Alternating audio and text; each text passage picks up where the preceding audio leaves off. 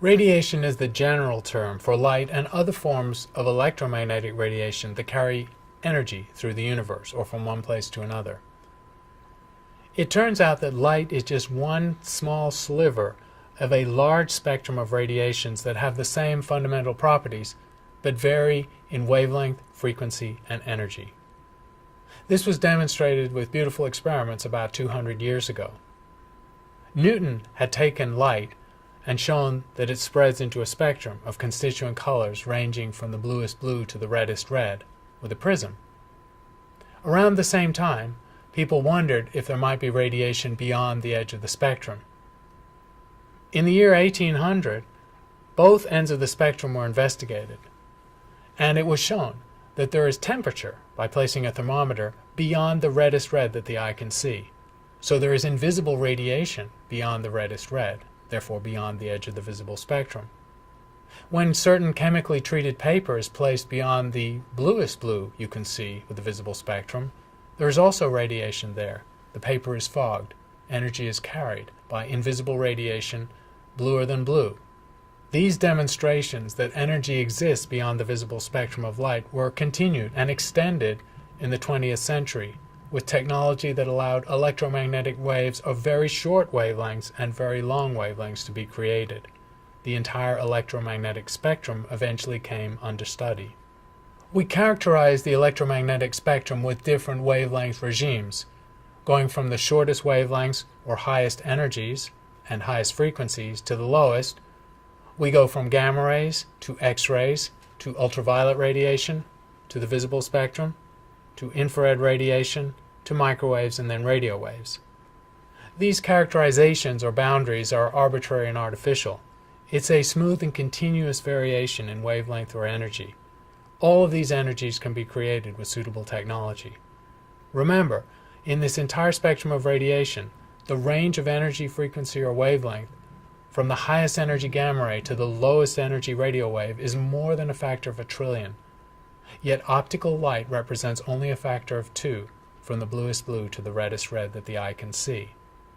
Naturally, our eyes, our most sensitive optical detectors, were tuned to the radiation put out by our star. So our sensory apparatus is tuned to the electromagnetic radiation produced by the life-giving body out in space. There are life forms, for example, on Earth that sense electric or magnetic fields, or infrared radiation, even occasionally radio waves. Electromagnetic radiation is used by living creatures accordingly to their environment.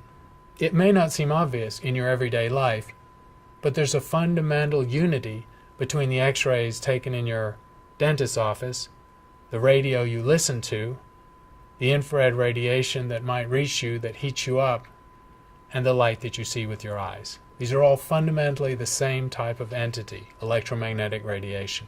Another way to think of radiation in the universe is according to temperature, which is proportional to energy. It's another way to think of energy. So we've seen that the visible spectrum of light that you can see with your eyes is not the limit to these possible radiations. There are radiations that are higher energy or hotter than your eye can see, and lower energy or cooler than your eye can see. Every object in the universe has a temperature, and that temperature gives a sense of where its thermal radiation comes out. The thermal radiation, as we've seen, is based on the microscopic random motions of the atoms or molecules in any object. In other words, thermal radiation resulting from temperature says nothing about what an object is made of. A banana or an apple or a human being at 300 degrees Kelvin emit the same thermal radiation.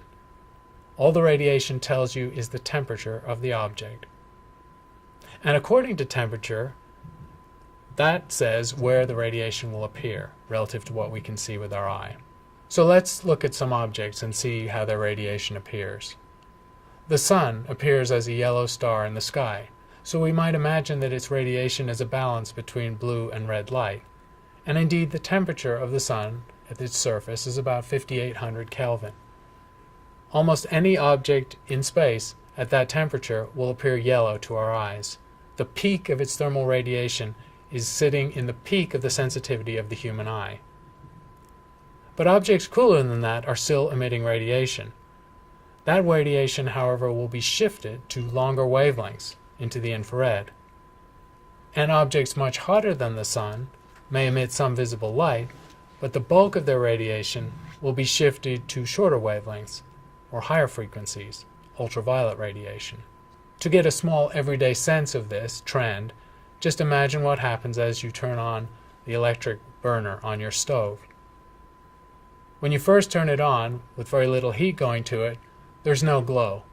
It's sitting there at room temperature, and if it has radiation at all, that radiation is at long, invisible infrared wavelengths.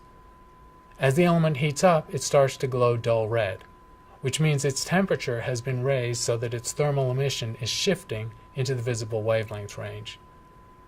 If it gets hot enough, it will start to glow yellow and perhaps even white hot, and this is a continuous change of its temperature and the peak wavelength of its thermal emission. Taking away the source of energy and watching it cool down goes through the same change in reverse. Objects that are at temperatures of some thousands of Kelvin emit visible radiation, like the surface of the Sun. Objects that are at temperatures of a few hundred Kelvin, such as the Earth and humans on the Earth, are emitting far infrared radiation.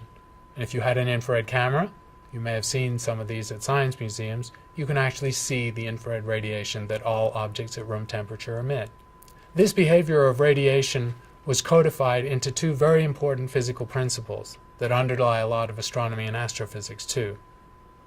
The first is Wien's law, which states that the temperature of an object scales with the wavelength of its emission.